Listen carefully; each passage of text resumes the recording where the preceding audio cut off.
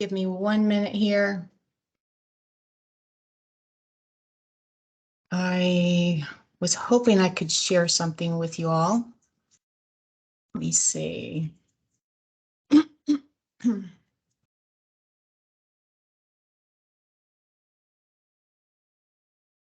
Well, I'll try to find it.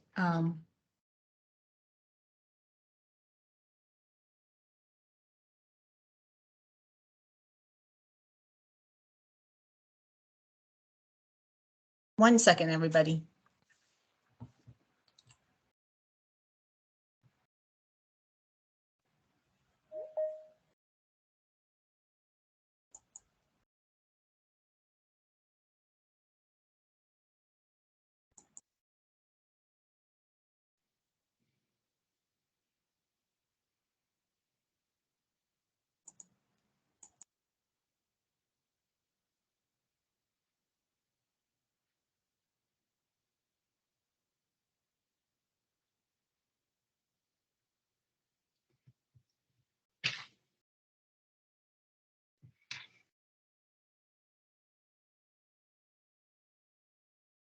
All right, I'm sorry. So we'll just get started. I'm looking for it right now. So thank you everybody for joining us. Sorry for the little delay, but it just gives people more chance to join us. I don't know if Eric Oob is on, but first I would like to let you all know that as of last last Monday, we have a new senior DPM. His name is Eric Oob. Eric was the DPM for the Connecticut Rhode Island region. And so he comes with a lot of experience, and we are happy to have him on board. He has started working for the Colorado, Wyoming region, and he should probably, I think he will be here physically sometime in late August or September. We recently, my computer isn't really working here. Let me see. Well, let's see. We recently had a call to deploy to Kentucky, where there are roughly 400 volunteers helping out. There are several volunteers from the Shelter Strike Team who deployed. This is the time when the volunteers are needed to help out across the nation. It's the busy season, although the seasons seem to be becoming all year round. So again, just a reminder, if you are available to deploy nationally, please go into the Volunteer Connection and put down your availability.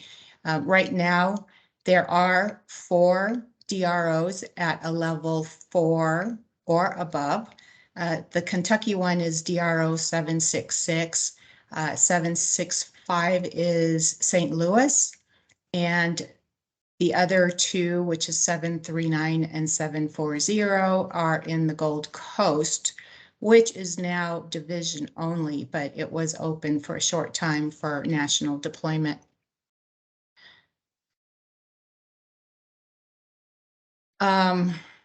So thank you again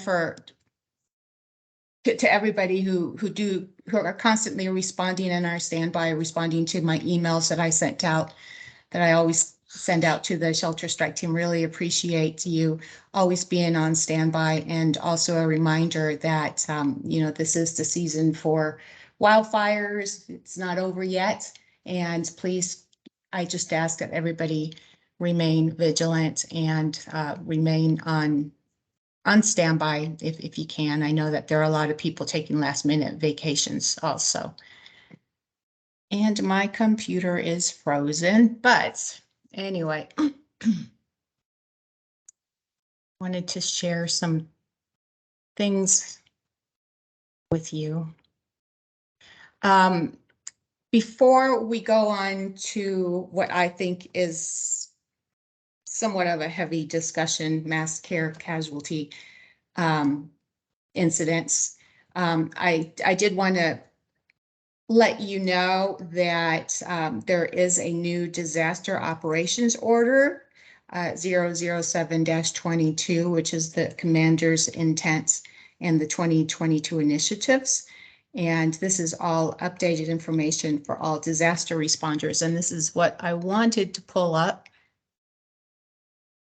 But for some reason, I can't use my computer. So Julie, I don't know if you could find it and just share it while I'm talking, just so that they know what it looks like. I would really appreciate it, or maybe Gino, or let's see who else is on. Can you type it in the chat, what you're looking for? Yeah, let me do, I hope so. My computer just, Diana, this is Josh. I can drop it in the chat in a second. oh, thank you. Thank you. I got online early to make sure everything was working, and all of a sudden, for some reason, my computer froze. Really weird. But anyway, yeah, it's long and it has a lot of information. I highly recommend everybody gets to it and reads it. But some of the things regarding shelter, the shelter clients are the priorities. So we are working on what we're calling the 3 E's, or the E3s, which is every shelter, every day, every need. I'm sure you've heard this multiple times, but shelter is the priority for any DRO. The first one, every shelter, this will ensure shelters receive the daily resources, communications, and all client needs are being met. The second one, every day DRO leaders will make sure all shelter needs, again, are being met. And there is a new, which I think I love this. It's called the Logistic Fulfillment Team. And what they're going to be doing is, it's a new team made of logistic volunteers that are hopefully in a big box truck, if not some kind of big truck, that will be dispatched every day with all necessary supplies that are normally needed in all the shelters. This could be baby food, cots, blankets, comfort kits, diapers, everything. So the nice part about this is that the shelter managers will not, this will not require a 6409. Everything will be delivered on a daily basis, hopefully maybe, you know, at least one run a day, maybe a couple of runs to every shelters. And it will be, again, no 6409 will be required unless, you know, there's something big like you know, a computer, which then a 6409 will be sent, but hopefully will have it in their truck for that same day, or if not, soon after. So it's pretty exciting. I like that change. Also, what you will find is headquarters will add an extra meeting for all shelters for better communication, better decision making, and to identify any emergency needs. So I know that some of you are SAs, but in the shelter managers, they're constantly on the daily basis meeting with the headquarters sheltering manager, who meets with the AD of Ops. So this is going to be, you know, all the headquarters will literally be on that call. And so there'll be an extra meeting made or created for sheltering alone. All COVID-related protocols remain in effect. So, thank you, Josh. So what this means is we're not out, you know, we're not working in non-congregate sheltering anymore. We're working in congregate shelters, but it's, you know, because of the different types of strains, and we still have COVID with us. All the protocols stay the same, and we are required to wear masks and a DRO. So, you know, that everybody knows that has been going on for the past 2.5 years, and it will remain the same. Another thing, a permanent National Incident Command Team has been established for level 5 and above. And this is 8 experienced emergency managers that will lead the DROs and will lead with capacity and capability building of the operations management cadre.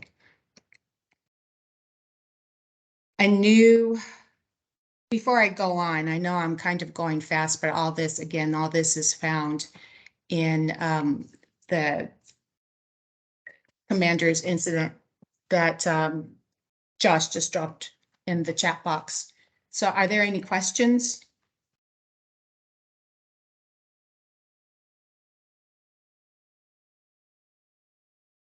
Okay. There is a new concept of operations 4.0 that is out as of August 1st, I believe.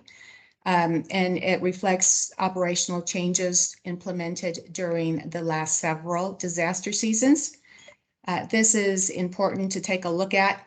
And I'm even thinking of maybe having somebody discuss it in their next meeting, maybe going through it in detail so that everybody understands it. There may be a new training on this. I don't know if it's up yet on the edge. I will find out some more information. And again, maybe we can all do the training together, or maybe I can have someone, a subject matter expert on this, go through it with us on the next meeting. I think this is really important.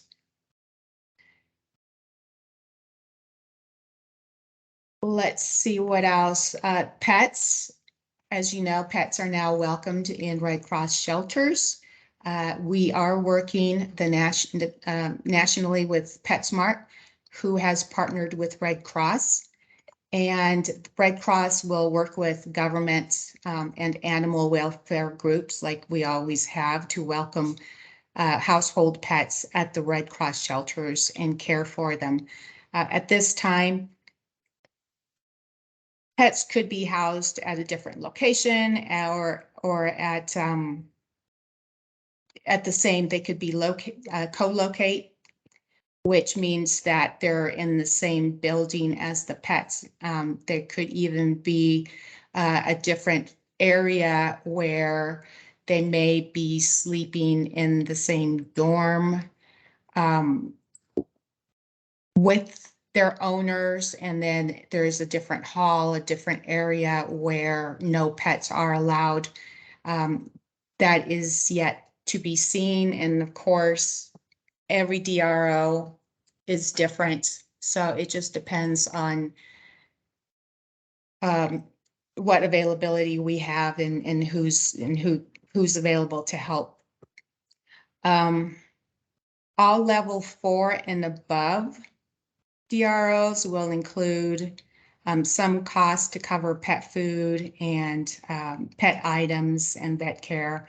And they're also thinking of putting a pet liaison to support larger DROs who will report to the headquarters mass care chief. So this is really great. I think that pet liaison will kind of be working with in government operations, with all the partners, as well as all the shelter facilities, the sheltering managers. And I'm even curious as to this new DRO, the new deployment in Kentucky. I'm curious to hear how that is going with the pet situation. Again, service animals are working animals and nothing changes for them. Service animals will be allowed in dorms, where the pets may not be allowed, in the feeding area where pets will not be allowed. So more to come on that. Outside shelter populations, the Red Cross will not manage or support outdoor sheltering locations without authorization. So anyway, what this means is that normally, and I think this happened, maybe Clark can explain, during the Paradise Fire, where people were camping out in the parking lots where the shelters were. And this created a lot of confusion. So now, unless there is prior authorization, you won't be seeing any of this outdoor sheltering unless, again, it's authorized. Not all sites are designed and capable of providing quality care. This is the reason for this, and only registered clients at inside and approved outside locations will receive SRT assistance. And again, I had this all on my computer, very nicely organized to explain to everybody, and it's frozen, so bear with me. There is, like I said, there is a lot of information. This is mostly the sheltering part, but if you go into, if you download or, take a look at the, what was it, the operations order 007-22, there will be a lot more information in there. Logistics, there's information on logistics, on disaster assessment, and so on. Are there any questions so far? Excuse me, Diana, this is Amanda. Hi, Amanda. Hi. I understood from a conversation yesterday that pets are about to be reevaluated because some people have got, like, for example, pigs as pets. And so that whole situation is about to be reviewed, and that may change how we work. Yeah, it's yeah, and that's expected. That's expected. I mean, we have always really, Red Cross has always been dealing with pets, and of course we don't allow pigs, but in some instances we have allowed some cats and some dogs. So it's just, they're working on that. But yeah, there's more to come. And of course, like always, we will learn with every deployment, what works and what doesn't work, and change things.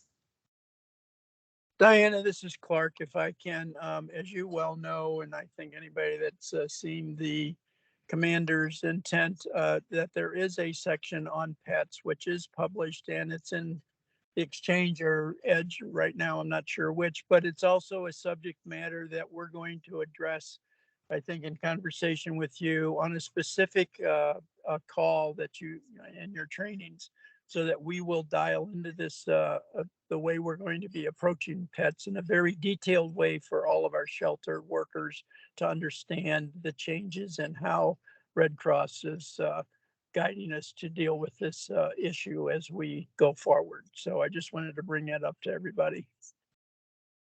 Thank you, Clark.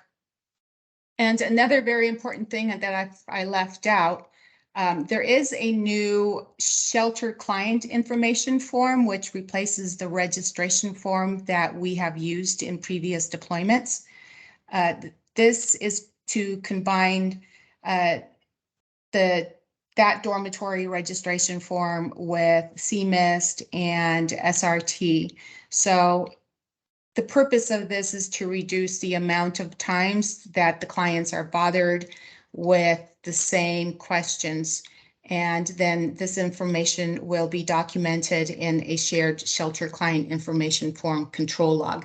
And again, this is what I wanted to share with you, to show you. But if you go on the Exchange, you will be able to take a look at it. And I highly recommend also that you take a look at it and just remind your mass care leads that needs to be replaced in the trailers with the manager. Or maybe Linda, if you're on, we can discuss how logistics could help with getting a bunch of copies and replacing whenever you go to take a look at the trailers.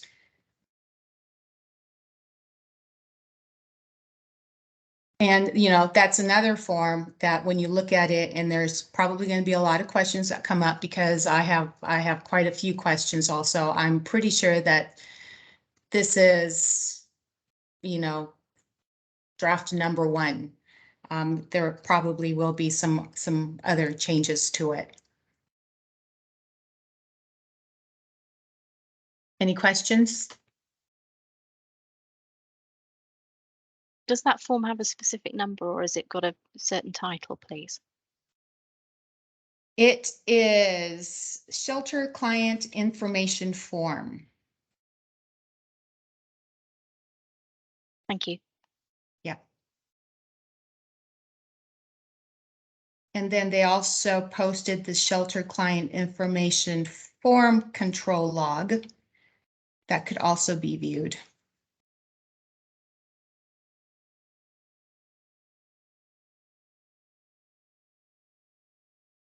All right. So on to the next topic, if there aren't any questions. And this is somewhat of a difficult topic that I started thinking about after the July 4th shooting.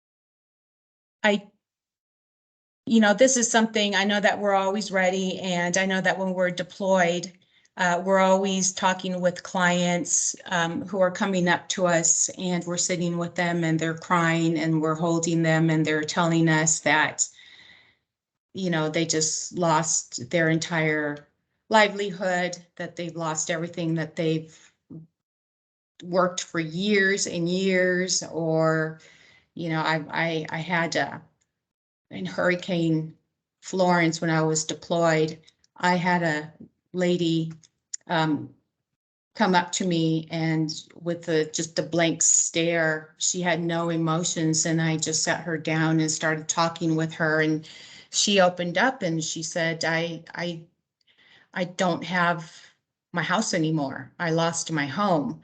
And we were talking about that, and then I think it was a couple of years prior, there was Hurricane Matthew, and then she told me, I lost my house this year in Hurricane Florence, and in Hurricane Matthew, I lost my son.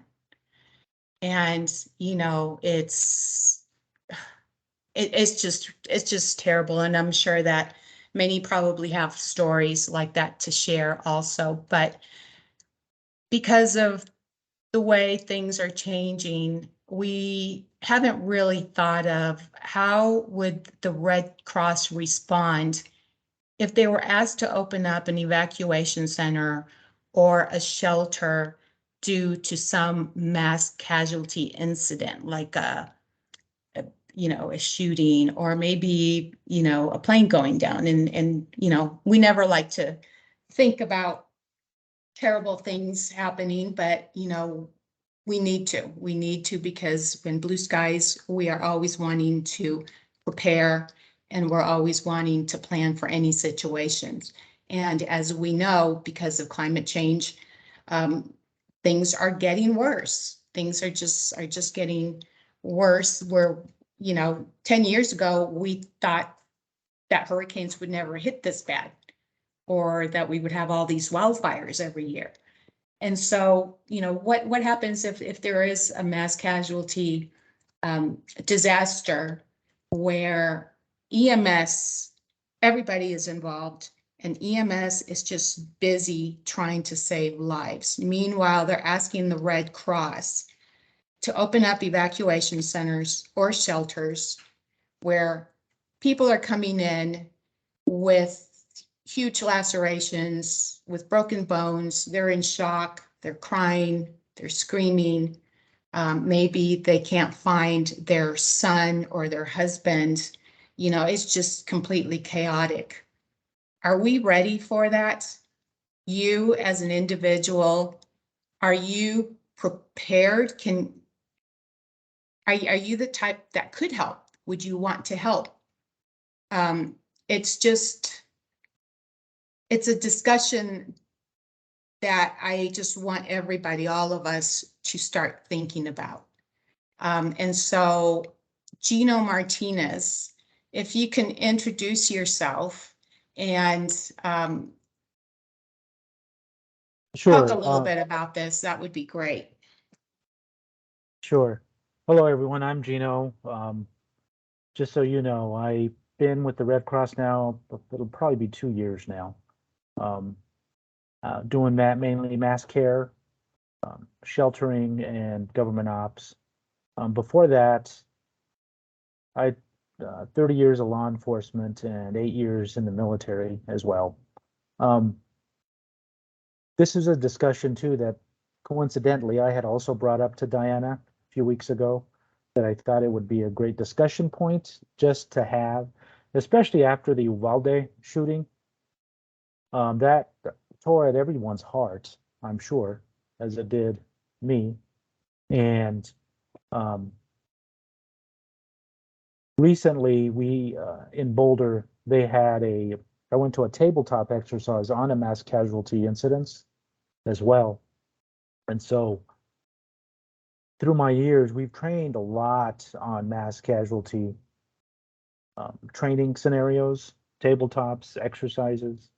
And I thought that's one area that I haven't heard a whole lot from the chapter. Of course, there's a lot of other stuff going on right now, with COVID and everything. So I thought it would be a good discussion point for this group, especially with the current, situation of our world and our nation on how it's going, and wanted to know what we can do on our part from a readiness standpoint to serve, as Red Cross to our communities. And so that's why I wanted to have this discussion, just so everyone, if anyone has any thing they'd like to share or to discuss, or any needs that we feel we need, I thought now's the time to start doing that. I took it upon myself. I did take the mass casualty incident basics course on the Edge, which opened my eyes a lot. And if you haven't taken it, I'm sure many of you guys have, but it just opened my eyes a lot organizationally, what the Red Cross does from an operation standpoint, locally and nationally, and some of the some of the like we open what they call a family assistance center and friends and relative center, which is something that we would participate in. And if you haven't taken the course, I think it's important to look at what the expectations are and how you would do, because in those situations, one of the things that they discussed and said a number of times was you have to be really picky about the people you send there, because they need to be experienced. They need to be the type of people that can take that type of pressure for a while, and then have great, have as much support as you can for your staff. Because in those situations, when things are chaotic and things are flying, people aren't going to ask you how you're feeling at that time, because your job is to take care of your clients, And so a lot of times you need to have those discussions with your own self, with your own family, with those around you on, how, if this is something you can do or not do, because we may have to make those hard discussions when we screen staffing, especially if they would be an appropriate person to send out there. On a smaller scale, that kind of happened a little bit in my point of view, with the Afghan repatriation. Although that wasn't a mass casualty situation, they sent a lot of people there, and who just weren't ready for that type of environment and stress. They just weren't.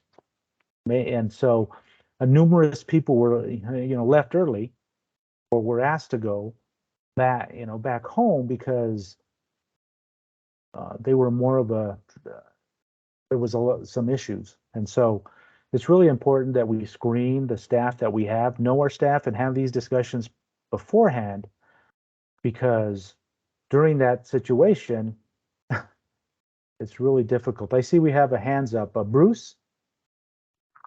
Yeah, I had a question. Aside from the training that you guys recommend before you get deployed, Are you authorized, if you have advanced training, like as an EMT or a paramedic or a PCA, to utilize those skills in helping people, or no? That's probably a good question for Josh or Diana. Okay. You know, bottom line is as a Samaritan, under the Samaritan rule, you know, if you are a certified EMT, you can, you know, be protected under that Samaritan law. But yes, and there may be times where you have to use those type of environments. I know the United States isn't as used to that type of environment as other countries are, where I'm sure there have been Red Cross volunteers and staff that have been placed in those type of situations across the world. But here in America, we don't have usually have those type of situations. And we have plenty of, you know, law enforcement and EMTs and first responders that are there first. But they do come in. That was one of the tabletop issues that we had, was that we open up a shelter and say it was a large chlorine leak, which can kill you, but it causes a lot of respiratory issues. And so when you start getting people coming in, are they contaminated? Are they not? Are they having issues? You know, what to look for. So that's where, you know, disaster, you know, the health services portion would be in a very key important part of that as well. So, does anyone have any comments or questions or concerns that they'd like to bring up? You know, I would just like to add, just to be clear, that this conversation, we're not taking over health services or disaster mental health or disaster spiritual care. But we are thinking ahead, because those people, those volunteers are going to be very, very busy at a certain level, at a higher level, you know. And we're not going to have enough IDC volunteers to help out all the clients. So, you know, we're just kind of thinking ahead. And what I want you really to think about as individuals is, could I do that? Do I have, am I mentally prepared to be able to respond to a situation such as the one that we're talking about, that Gino is talking about? And not only to think about if you're prepared, because, you know, when we're deployed, we're all working on adrenaline. At least I am. You know, I'm on adrenaline for 2 weeks straight. And then when I come home, I probably go to sleep for 13 hours. And then I have this, you know, I have my husband there that I can talk things through. And this is what happened. And sometimes the tears come out. But then I have somebody there to listen to me. And then 2 days later, I'm ready to deploy again. And everybody is different. Everybody is different. And you can be telling, you know, you could be the type that if you get a little paper cut on your finger, you can pass out. And it would, you know, I don't think this would work. But, you know, so this is what I would like you to start thinking about. And after, you know, we all come home after this, and what do you think that you would feel? What do you think that you would need? And do you realize that you could get depressed, and you may experience some secondary PTSD, and you may need to talk to one of our disaster mental health volunteers? You know, I want you to be aware of what you would need to make yourself better again. And I think that's an important thing to bring up too, is disaster mental health and spiritual care is, you know, if we get a headache, we take some Advil. You know, if we have an upset stomach, we, you know, go to the doctor, you know. But a lot of times we don't realize as much the hurt, you want to call it, that we have mentally, emotionally, spiritually in those type of situations. And, you know, it is good to go and talk with someone and get the help needed. It's no different than, you know, taking care of your headache. You have to take care of yourself, for your family, and for the clients. And so it's really important that you have these pre-discussions, and if there's any trainings that we think we need to do to set up this thing, like I said, I urge you, if you haven't taken it, to take at least the initial one, because at least it lets you know what the plan is.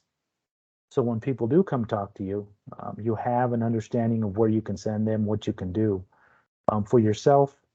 You know, there's going to be a lot of what we call in first responders CIT, crisis intervention, that has to happen. And any training that we have or can get with that is really important. Gino and Diana, this is Tom Dreen. I've spent most of my career in war zones, Middle East, West Africa, South America. What I'll say is, and I'm relatively new to Red Cross, is perhaps we can learn some things from Red Crescent and some overseas groups, because they deal with mass casualty situations, unfortunately, on a more frequent basis. So maybe there's some resources there. Also, I'll just say, if the need ever arises, I'd be happy to deploy or you know, help out if there's a mass casualty type situation. Thank you, Tom, and welcome to our team, and thank you very much, because yeah, I think it would be worthwhile to see if we could reach out to somebody in Red Crescent, and this is something that I could, you know, go back to the chapter and discuss and get some information, and maybe we can have a meeting with someone from the Red Crescent joining us, and for the hour, or maybe even if it becomes 2 hours, that's fine. But I think it's very crucial information. And yeah, and Gino brought up the whole when we were deployed to help those coming from Afghanistan, and all the stories that they shared with us, and it was bad. I mean, it was, you know, this is something that just listening to the stories, you know, there was a time when I was told a lady was sharing with me her story about what was going on in Afghanistan, and when I walked out, I had to have a moment by myself.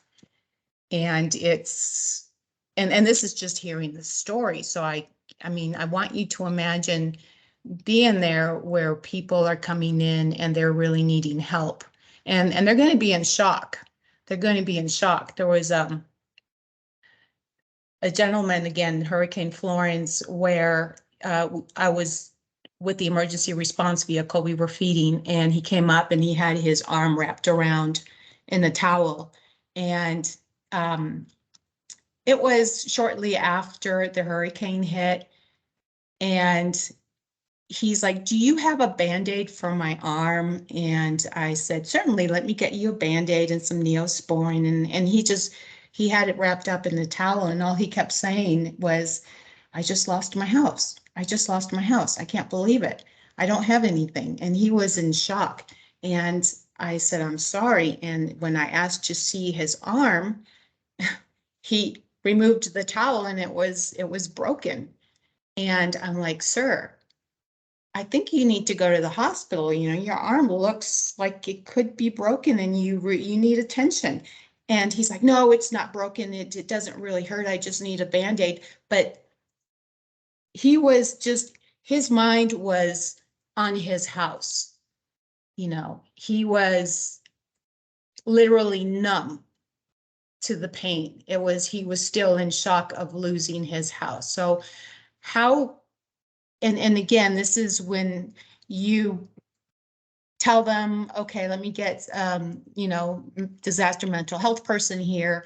But when you're dealing with multiple people and you see your disaster mental health volunteers helping others, we need to be trained. We need to know how we can help there in the moment.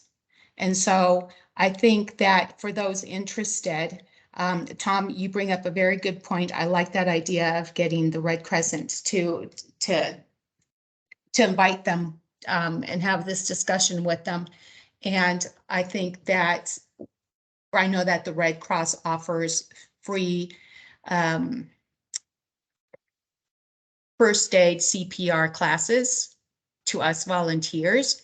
And if you have not taken those classes, I think that this would be a very good start also.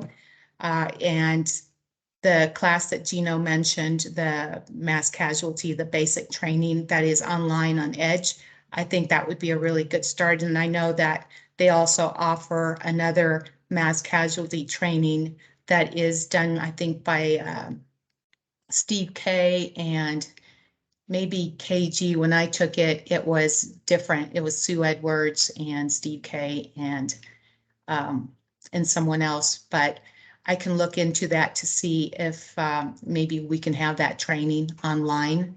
I don't know how long it is, but if it is, even if it's a 3-hour class, if we could just all take it together, if not in person, then on Teams, I think that would be a really good start. So, Diana, Amy has her hand up. yes, Amy. Hi, Diana.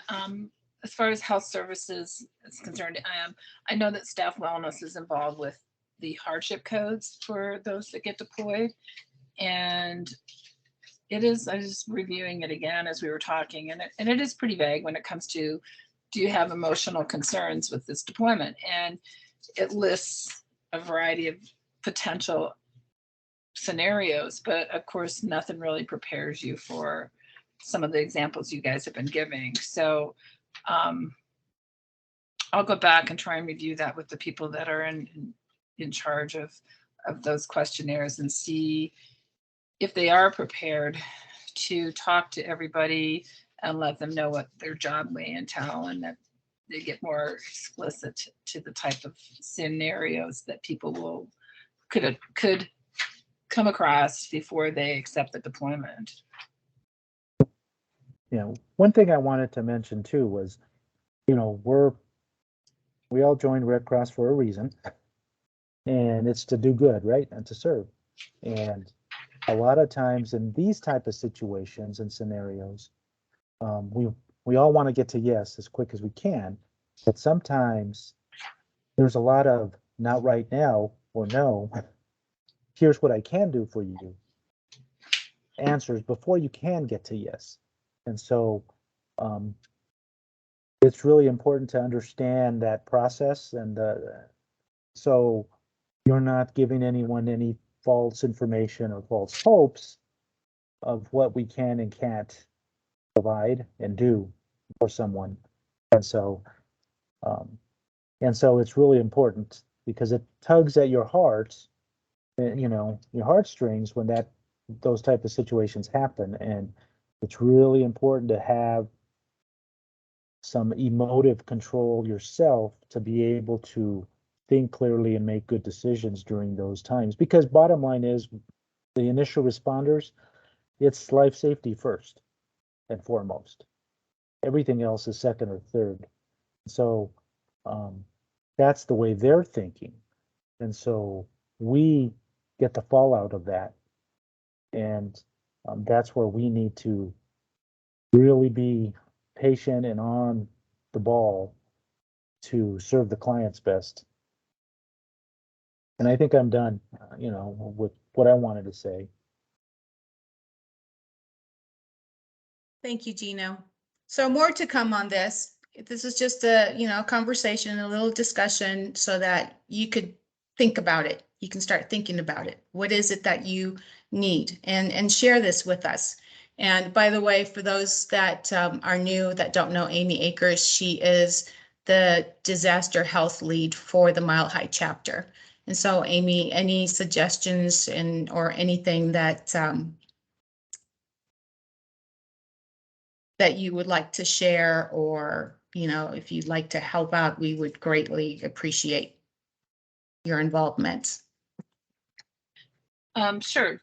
You heard my response as far as the pre-health, what is it called? Pre-assessment health questionnaire, PAHQ.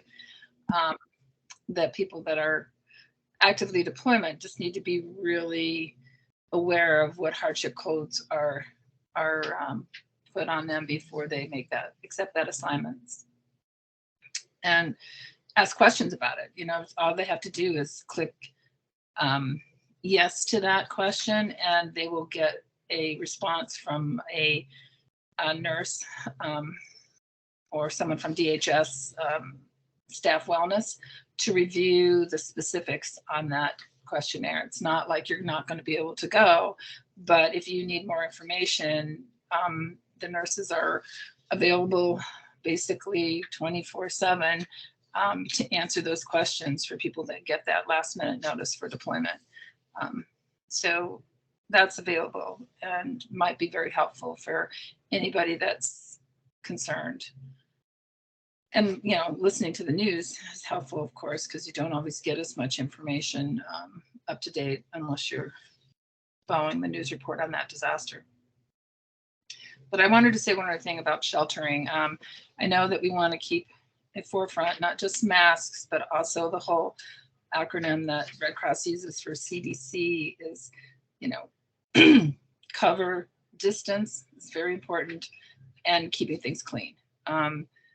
We want to make sure that all that continues, and it's not just for the COVID, but it's for any other flu that comes about this fall, as well as now we're concerned about monkeypox to some degree, and to make people aware that the symptoms for that is very similar, flu-like, except for, you know, there could be a rash that develops, and highly contagious when spread.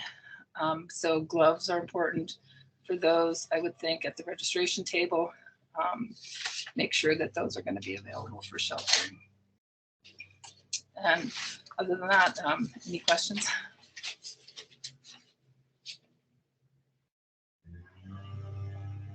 I would also like to add that DHS is always available for not only the clients, but like Amy said, for the volunteers and the staff, as well as mental health. So if you're deployed and if you come home, normally there is someone from mental health that will call you just to check up on you. But if for some reason you don't get that call or you can't wait, you can always reach out to DMH. This is Amanda. I do have one very quick question for Amy. If you find that you've got possibly monkeypox or flu in amongst the shelter, what would the procedures be? Contact the health services person. They'll determine whether public health department locally needs to be notified. We are hopefully providing shelters that will have a separate isolation area. That'll be up to the health services person to talk with that client about that. If we aren't available yet for some reason, whether there's a lag in staff, there's always a phone number to call on every DRO for the health services lead, and hopefully they can direct you as quickly as possible as to what to do. Thank you. Are there any other questions? I do have one other, and that is regarding the whole topic of this type of disaster. Will we be doing any simulations? Yes. That is the plan. Great, thanks. I think another recommendation would be, I know that the DIA in Denver does a lot of mass casualty training with the airport. So that may be an area we want to reach out to see about maybe doing at least a tabletop with them.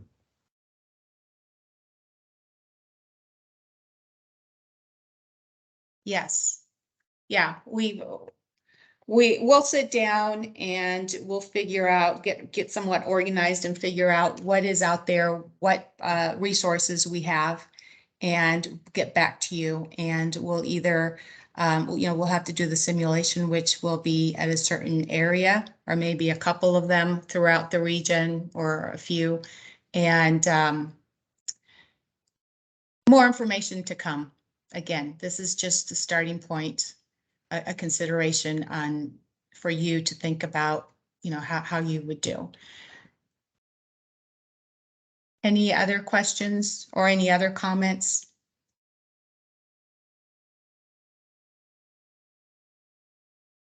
Hey, Diana, this is Josh. I would just want to add a comment of thank you for having this discussion and really just laying out all the different types of things that we can get asked to do. When people see that Red Cross vest, they recognize that symbol and they know that we have care and compassion. But I just want to reiterate that we don't want to put people in situations where they're uncomfortable, and we can always, say no if we get into that spot or situation where we don't have either the training or the comfortability to do the things, or if it's something that may put us in an unsafe situation.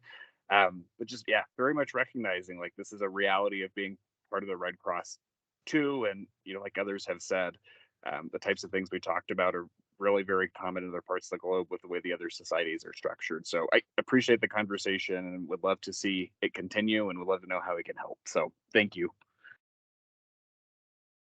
Yeah, Diana, this is Clark in that direction.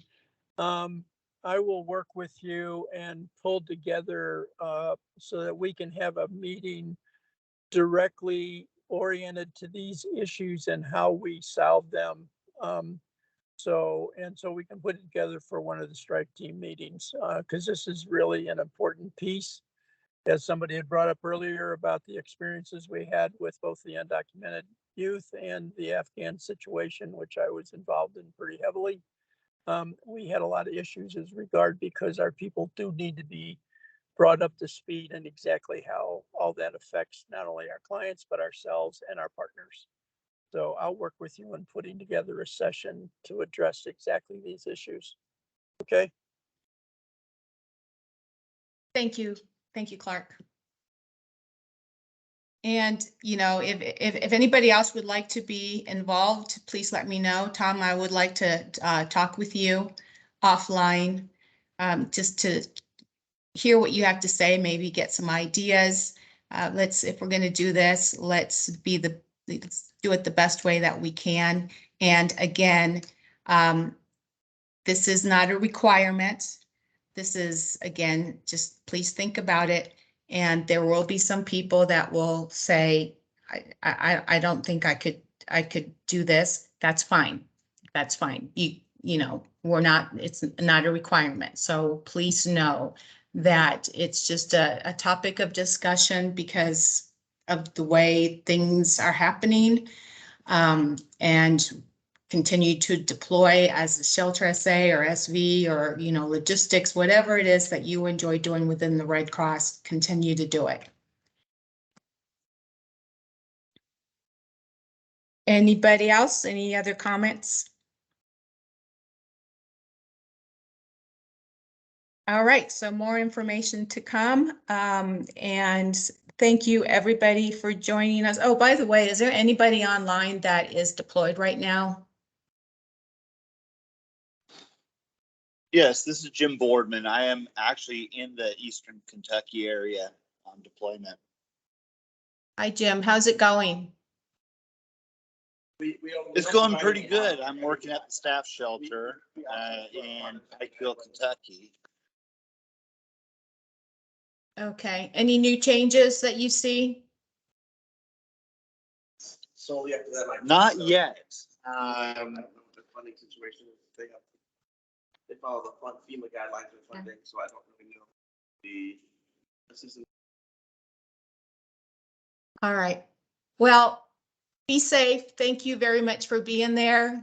And And thank you for joining us, for taking the time. I know that everybody is busy and there are a lot that are deployed right now, but thank you, Jim. And all right, everybody, enjoy the weekend. We will talk in a month. I will send out an agenda, a reminder of our next meeting. And there's just so much right now. So I'll try to get some subject matter experts to join us to talk about different topics, and we will continue this discussion. So thank you very much for joining me, all of us, and enjoy the rest of the day.